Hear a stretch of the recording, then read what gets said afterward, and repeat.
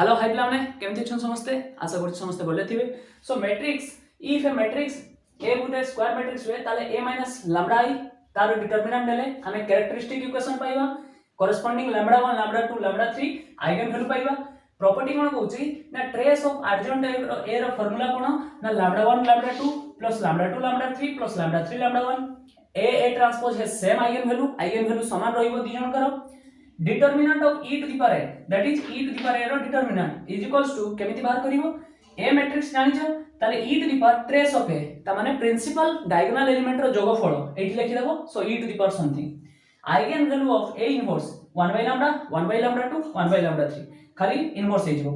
Eigen value of a to the power m खाली power m हे जिवो। सब आइगन वैल्यू में पावर m हे जिवो। Trace of a plus b corresponding trace of a plus trace of b trace of ab is equals to trace of ba means reverse है